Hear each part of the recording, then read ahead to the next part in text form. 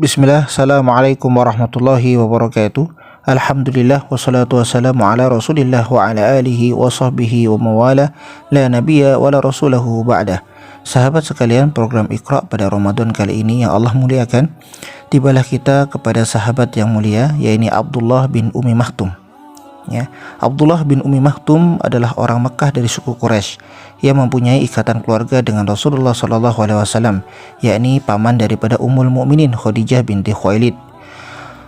Bapaknya adalah Qais bin Zaid dan ibunya adalah Atikah binti Abdullah. Ibunya bergelar Ummi Maktum karena anaknya Abdullah lahir dalam keadaan buta total. Abdullah bin Ummi Maktum menyaksikan ketika cahaya Islam mulai memancar di Mekah, Allah melapangkan dadanya untuk menerima agama baru ini. Karena itu tidak diragukan lagi ia termasuk kelompok orang yang pertama-tama masuk Islam. Abdullah turut menanggung segala macam suka duka kaum muslimin di Mekah ketika itu. Ia turut menderita akan siksaan kaum Quraisy seperti yang diterita kawan-kawan seagamanya, yakni berupa penganiayaan dan berbagai macam tindakan kekerasan lainnya. Tetapi Ibnu Ummi Maktum tidaklah menyerah. Ia tidak pernah mundur dan tidak pernah lemah imannya. Bahkan ia semakin teguh dan berpegang kepada agama Islam dengan kitabullah wa sunnah Rasulullah SAW. Begitu rajin dan rakusnya ia mendatangi majelis ta'lim, ini yang dibuka oleh Rasulullah SAW. Ia menyimak dan menghafalkan Al-Quran, sehingga setiap waktu senggangnya ia isi dengan kesempatan yang baik untuk merebut pahala. Pada masa permulaan tersebut, Rasulullah sering mengadakan dialog dengan para pemimpin Quraisy, mengharapkan semoga mereka masuk Islam. Pada suatu hari beliau menatap muka dengan Utbah bin Rabi'ah, Saibah bin Rabi'ah, dan Amr bin Hisam alias Abu Jahal. Begitu juga dengan Umayyah bin Khalaf dan Walid bin Mughirah, yaitu ayah daripada Saifullah Khalid bin Walid. Rasulullah berunding dan bertukar pikiran dengan mereka tentang Islam. Beliau sangat ingin mereka menerima dakwah dan menghentikan penganiayaan terhadap sahabat beliau. Sementara beliau berunding dengan sungguh-sungguh, tiba-tiba Abdullah bin Ummi Maktum datang mengganggu mereka dengan meminta dibacakan ayat-ayat dari Al-Quran. Abdullah berkata, "Ya Rasulullah, ajarkan kepadaku ayat-ayat yang telah diajarkan Allah kepada Anda." Rasulullah yang mulia terlengah, tidak memperdulikan permintaan Abdullah. Bahkan beliau agak acuh kepada interupsinya itu. Beliau membelakangi Abdullah dan melanjutkan pembicaraan dengan para pemimpin Quraisy tersebut. Mudah-mudahan dengan Islamnya mereka tambah kuat dan dakwah bertambah lancar. Selesai berbicara dengan mereka, Rasulullah bermaksud hendak pulang. Tapi tiba-tiba penglihatan beliau gelap, kepala beliau merasa sangat sakit seperti terkena pukul. Kemudian Allah mewahyukan firman Allah surat Abasa wa tawalla, yang berarti bermuka masam. Dialah Muhammad bermuka masam dan berpaling karena seorang buta yang datang kepadanya. Tahukah kamu, barangkali ia ingin membersihkan dirinya dari dosa, atau dia ingin mendapatkan pengajaran, atau pengajaran itu memberikan manfaat kepadanya. Adapun kepada orang yang merasa dirinya serba cukup, engkau malah melayaninya. Padahal tidak ada celaan atasmu kalau mereka tidak membersihkan hati atau beriman. Adapun orang-orang datang kepadamu dengan bergegas untuk mendapatkan pengajaran, sedangkan ia takut kepada Allah, maka engkau malah mengabaikannya.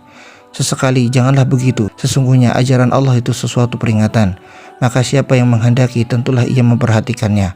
Ajaran-ajaran itu terdapat di dalam kitab-kitab yang dimuliakan dan ditinggikan lagi disucikan di tangan para utusan yang mulia lagi berbakti kepada Allah. Surat Abasa ayat 1-16. 16 ayat itulah yang disampaikan Jibril Al-Amin ke hati Rasulullah SAW sehubungan dengan peristiwa yang dialami oleh Abdullah bin Ummi Maktum tadi, yang senantiasa dibacakan sejak diturunkan sampai sekarang dan akan terus dibacakan sampai hari kiamat itu. Sejak hari itu Rasulullah tidak lupa memberikan tempat yang mulia bagi Abdullah. Apabila ia datang, Rasulullah mempersilahkan duduk di tempat duduk beliau. Beliau menanyakan keadaannya dan beliau juga penuhi kebutuhannya. Tidaklah heran kalau beliau memuliakan Abdullah demikian rupa. Bukankah teguran dari langit itu sangat keras? Tatkala tekanan dan penganiayaan kaum musyrikin Quraisy terhadap kaum muslimin semakin berat dan menjadi-jadi, Allah Ta'ala mengizinkan kaum muslimin dan Rasulnya hijrah. Abdullah bin Ummi Maktum bergegas dirinya untuk menyelamatkan agamanya.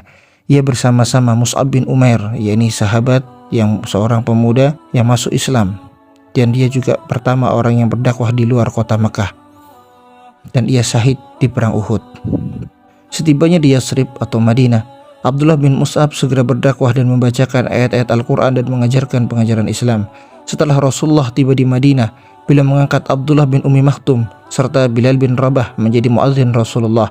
Mereka berdua bertugas meneriakkan kalimat tauhid 5 kali dalam sehari semalam, mengajak orang banyak beramal soleh dan mendorong masyarakat berebut kemenangan. Apabila Bilal azan, maka Abdullah bin Ummi Maktum yang qamat, dan apabila Abdullah azan, maka Bilal lah yang qamat. Pada bulan Ramadan tugas mereka bertambah.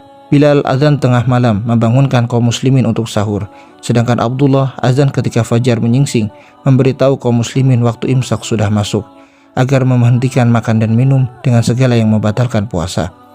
Untuk memuliakan Abdullah bin Ummi Maktum, beberapa kali Rasulullah mengangkatnya menjadi wali kota Madinah menggantikan beliau tatkala beliau meninggalkan kota. 17 kali jabatan tersebut dipercayakan beliau kepada Abdullah, salah satu di antaranya ketika meninggalkan kota Madinah untuk membebaskan kota Mekah dari kekuasaan kaum musyrikin Quraisy, yakni Fathul Mekah. Setelah perang Badar, Allah menurunkan ayat-ayat Al-Quran mengangkat derajat kaum muslimin yang ikut berperang fisabilillah. Allah melebihkan derajat mereka yang pergi untuk turut berperang di atas orang yang tidak ikut berperang, dan mencela orang yang pergi karena ingin bersantai-santai. Ayat tersebut sangat berkesan ke hati Abdullah bin Ummi Maktum, tetapi baginya sukar mendapatkan kemuliaan tersebut karena dia adalah seorang yang buta. Lalu ia berkata kepada Rasulullah, "Ya Rasulullah, seandainya saya tidak buta, tentu saya akan ikut dan pergi berperang."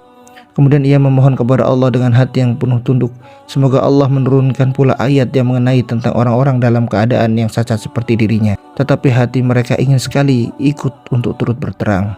Dia senantiasa berdoa dengan rendah hati, "Ya Allah, turunkanlah wahyu mengenai orang-orang yang uzur seperti aku ini." Tidak beberapa lama Allah memperkenankan doanya. Zaid bin Sabit, sekretaris Rasulullah SAW yang bertugas menuliskan wahyu, menceritakan, "Aku duduk di samping Rasulullah, tiba-tiba beliau terdiam, sedangkan paha beliau terletak di atas pahaku. Aku belum pernah merasakan beban yang paling berat melebihi beratnya paha Rasulullah ketika itu. Sesudah beban berat itu menekan pahaku hilang, maka beliau bersabda, 'Tulislah ayat ini wahai Zaid. La yastawil qa'iduna minal mu'minina ghairu ulil dharari wal mujahiduna fi sabilillah.' Tidaklah sama seorang mukmin yang duduk yang tidak ikut berperang dengan pejuang-pejuang fi sabilillah." An-Nisa ayat 95. Abdullah bin Maktum berdiri seraya berkata, "Ya Rasulullah, bagaimana orang-orang yang tidak pergi berjihad karena memang cacat dirinya?" Rasulullah terdiam dan paha beliau menekan pahaku, seolah-olah aku menanggung beban yang sangat berat seperti tadi. Saat beban berat itu hilang, Rasulullah berkata, "Coba bacakan kembali yang telah kau tulis. Tidaklah sama orang-orang yang mukmin yang duduk yang tidak ikut berperang." Lalu beliau tulis, "Kecuali orang-orang yang tidak mampu, ghairu ulil dharari wal mujahiduna fi sabilillah." Kecuali orang-orang yang tidak mampu. Maka turunlah pengecualian yang diharap-harap oleh Abdullah bin Maktum. Meskipun Allah Subhanahu wa taala telah memaafkan Abdullah bin Maktum dan orang-orang uzur seperti dia untuk tidak berjihad, namun dia enggan bersantai-santai beserta orang yang duduk dan tidak ikut berperang. Dia sangat ingin untuk turut berperang dan menetapkan diri dengan tugasnya di medan perang. Dia berkata, "Tempatkan saya di antara dua barisan sebagai pembawa bendera. Saya akan memegangnya erat-erat untuk kalian. Saya buta, karena itu saya pasti tidak akan lari." Tahun ke-14 Hijriah, Khalifah Umar bin Khattab memutuskan untuk memasuki Persia dengan perang yang menentukan, untuk menggulingkan pemerintahan Ar-Raza yang zalim dan menggantikan dengan pemerintahan Islam yang bertauhid. Umar memerintahkan kepada segenap gubernur dan pembesar yang dalam pemerintahannya, jangan ada seorang jua pun yang ketinggalan dari orang-orang bersenjata atau orang-orang yang mempunyai kuda atau orang yang berani atau orang yang berpikir tajam, melainkan hadapkan semuanya kepada saya segera mungkin. Maka berkumpullah di Madinah kaum muslimin dari segala penjuru, memenuhi panggilan Khalifah Umar. Di antara mereka terdapat orang prajurit yang buta, yaitu adalah Abdullah bin Ummi Maktum. Khalifah Umar bin Khattab mengangkat Sa'ad bin Abi Waqqas menjadi panglima pasukan yang besar itu. Kemudian Khalifah memberikan instruksi dan pengarahan kepada Sa'ad. Setelah pasukan besar itu sampai di Qadisiyah, Abdullah bin Ummi Maktum memakai baju besi dan perlengkapan yang sempurna. Ia tampil sebagai pembawa bendera kaum muslimin dan berjanji akan senantiasa mengibarkannya atau mati di samping bendera itu. Pada hari ketiga perang Qadisiyah, perang berkecamuk dengan hebat dan belum pernah disaksikan sebelumnya. Kaum muslimin berhasil memenangkan perang tersebut dengan kemenangan paling besar yang belum pernah direbutnya. Maka pindahlah kekuasaan kerajaan Persia yang besar di tangan kaum muslimin, dan berkibarlah bendera tauhid di bumi penyembahan berhala itu. Kemenangan yang meyakinkan itu dibayar dengan darah dan jiwa ratusan para syuhada. Di antara mereka yang syahid itu adalah terdapat Abdullah bin Ummi Maktum yang buta. Dia ditemukan terkapar di medan tempur berlumuran darah, syahid penuh luka, dan sambil membeluk bendera kaum muslimin. radhiyallahu anhu. Semoga Allah Subhanahu wa taala menerima amal dan memasukkan Abdullah bin Maktum kepada surganya yang dekat dengannya. Aku qouli hada astaghfirullah wa lakum. Assalamualaikum warahmatullahi wabarakatuh.